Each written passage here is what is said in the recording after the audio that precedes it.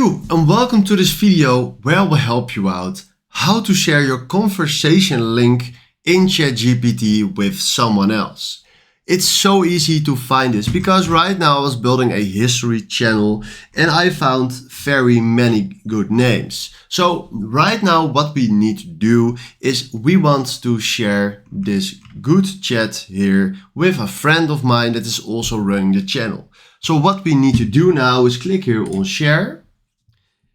And then right now when this is loading, we can click on create link.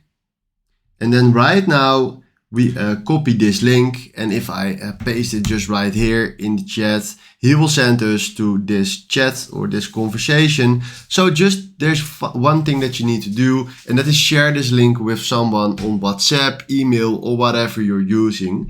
But this is exactly how you can share your ChatGPT conversation with someone else. So hopefully this was exactly what I was looking for. Thanks for watching and have a wonderful day.